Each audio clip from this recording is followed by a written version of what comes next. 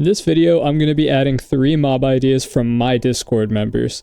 I'll show you behind the scenes how they work, and at the very end of the video, gameplay of each one. I started by asking my Discord for ideas. Here were the top 3 they suggested. First on the list, a dream monster that takes you into nightmares. Next is literally just Chris Hansen from To Catch a Predator. Maybe he'd be useful in the Minecraft community. And lastly, the Giga Goose. Just a massive goose with tons of health, I guess. So let's get started. So here I've got a basic model for what I want the Dream Beast to look like. I don't know if you can tell, but it's very much inspired off the Cave Dweller from that one mod.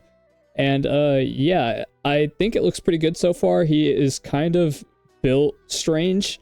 He kind of looks like a box from behind, just a box with arms and legs.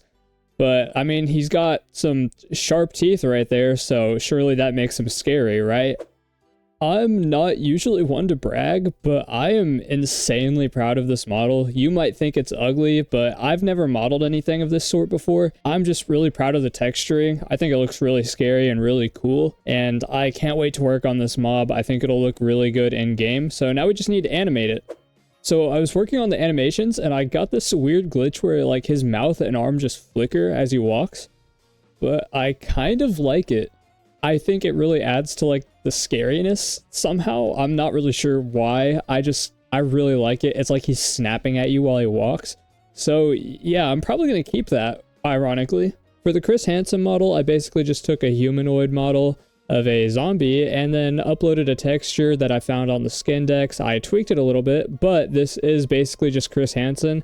I really don't know how to give it any special looks because it's just a guy in reality. And lastly, for the goose, we're going to use a chicken because obviously it's the closest thing to it in the vanilla game. But one thing geese don't have is this little red thing under its beak. So what we're going to do is we're just going to get rid of that. It's called a comb, apparently. We'll just delete that, and okay, there's more underneath. So we'll just get rid of that real quick.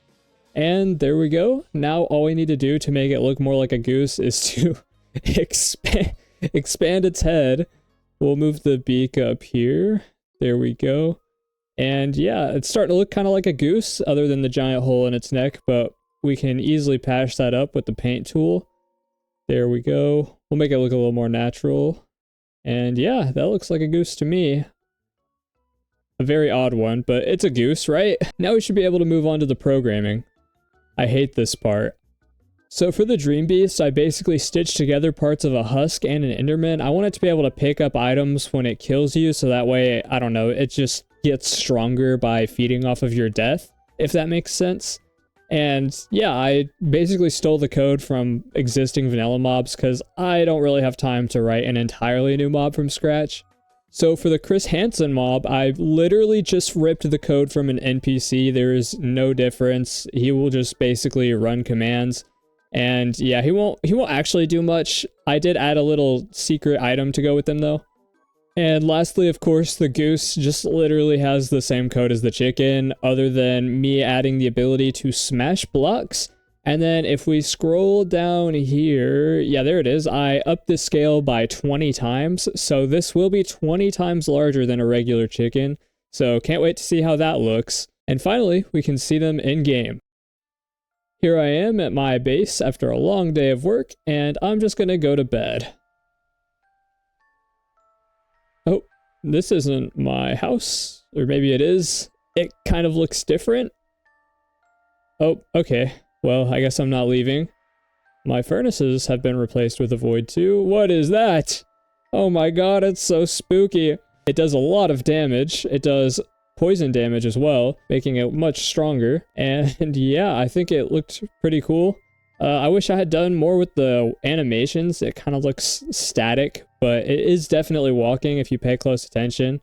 And there I am getting killed. Well, that's the end of that. Now that I escaped the Dream Beast, I'm gonna go build an inappropriate object because nobody can stop me. Yep, look at that. Wait, Chris Hansen? Oh, you even brought pizza. I can explain. I can take it down. It's okay. You don't need to worry. The police are on their way. What?